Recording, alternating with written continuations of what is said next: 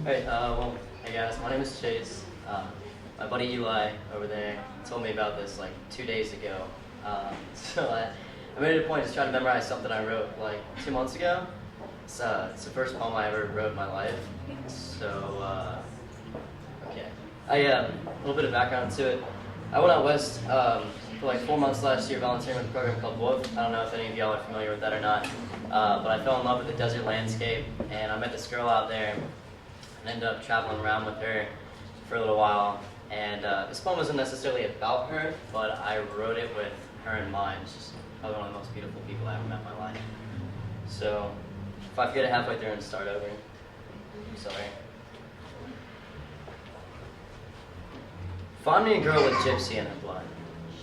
Tell her to meet me where the red rocks touch the sky. Tell her I've got nothing to give her but a beautiful life we could live in any little southwestern town she wants to stop by. We can live out of the back of my car or under the flashing red lights of any sleazy motel with 2 stars. Ask her if I can show her my scars.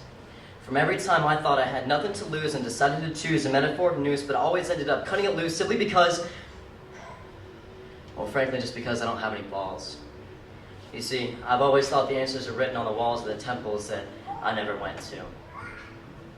Ask her if she'll let me watch her pray. Because I want to know if someday she thinks that she'll become part of everything, or if she simply thinks that she will fade away into the everlasting bliss of nothingness, and is that what makes her smile while she sleeps? Or greet the elderly people living on the streets with nothing so much as a soft touch and an outstretched hand and a nice to meet you. It's a pleasure, really. I wonder if it's those small pleasures in which she measures the meaning of her life, too. You see, I need a girl who's built her bones on humankind, and not some godforsaken enlightened shrine constructed from somebody else's time, because I've forgotten what it feels like to be kind, and I've been having a real hard time trying to find a way to walk through this life all while being stuck in my mind and pining for dimes that don't really mean a fucking thing. Does she have any idea what it feels like to be unclean?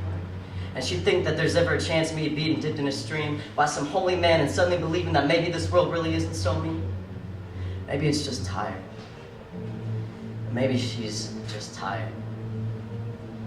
She says she's just tired too. Ask her if she's ever seen the way the red rocks glow in the moon, or the way they shine when they first get hit by the sunrise, because baby, I've never been more speechless in my life, and if she wants to know what that feels like, then tell her to meet me where the red rocks touch the sky.